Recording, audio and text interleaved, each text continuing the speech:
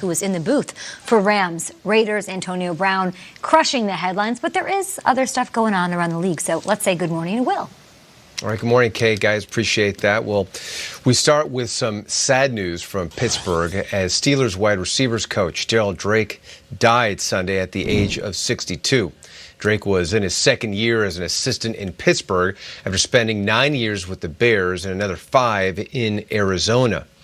In a statement, Steelers head coach Mike Tomlin saying, quote, "Darryl was a close friend and had a tremendous impact on my coaching career. He was an amazing husband, father, and grandfather, and it is difficult to put into words the grief our entire team is going through right now." Well, in other news, Jets kicker Chandler Catanzaro announcing his retirement Sunday at the age of 28. The veteran kicker struggling, missing 2 out of 3 extra points in the team's 30-22 preseason loss to the Giants. The Jets signing kicker Taylor Bertolette, who spent the spring of 2019 in the Alliance of American Football with the Salt Lake Stallions. Raiders wide receiver Antonio Brown threatening to retire if he can't wear his old helmet. And this morning, the NFL responding. League spokesman Brian McCarthy posting a tweet saying a player can't practice or play in games with equipment that's not approved. McCarthy adding, quote, "If he doesn't play or practice, he is in breach of his contract and doesn't get paid." Head coach John Gruden coming to the defense of his receiver. I'm not going to speculate. I have a lot of confidence that he's one of the premier competitors I've ever been around.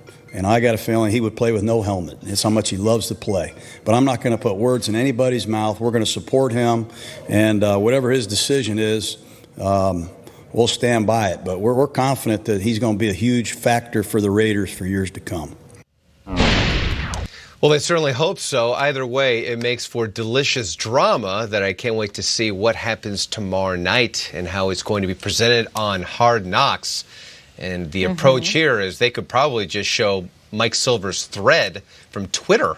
I mean, that is just compelling right there. So we'll see how they decide to treat it tomorrow night. Michael would love if Liev Schreiber read his tweets. Who wouldn't? Oh my God. Thank you so much, Will.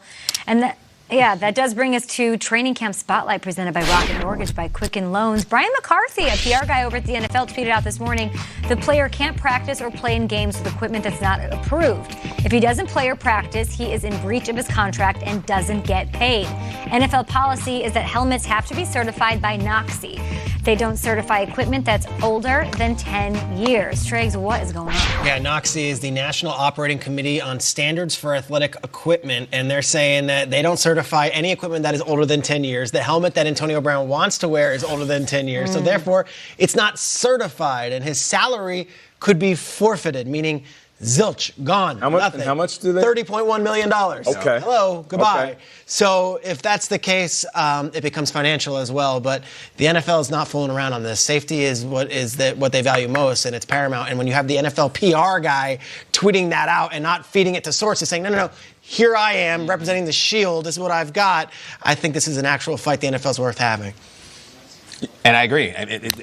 AB is fighting against the league, trying to keep him safe. We talked about something earlier about an artist in their tools, whether a paintbrush or whatever it is. I mean, Sidney Crosby of the Pittsburgh Penguins just came out and said he's worn the same jock strap since he was in high school. It's important to him. I think AB has some of that, but at some point, you let it go. This goes back 2 years. They said a year in advance, we're going to be doing this. So just so you know, Tom Brady, Aaron Rodgers, you have to change helmets. And he's like, I don't want to. So it's a head scratcher. Safety first, Nate. What do you think? Yeah, safety first. The safety is key. I understand where Antonio is coming from. I've been there. I've been in those locker rooms where you walk in to the equipment room and the equipment manager says you have to wear a new helmet. These are better than the ones you wore before. And you put that helmet on, and because you're so used to a certain feel, a certain comfort, and even a superstition, you think the helmet is toppling you over. Like you're walking around like feeling like Kyle every day with that big old dome. That's me. Every day. You're leaning over. But then you realize it's not that different. Reality some of these sets helmets in, right? are better. Yeah, some of these helmets are even lighter, and they're more comfortable, and they're safer. So I see both sides of this. I understand what Antonio Brown is saying, but I don't understand how he can't see that the league is just trying to protect him. And I say this all the time when it comes to players and how we approach the game. Sometimes you got to protect the player from himself. And that's the most frustrating thing when people are looking back and sitting back saying, well, AB, we just want to make sure you're safe.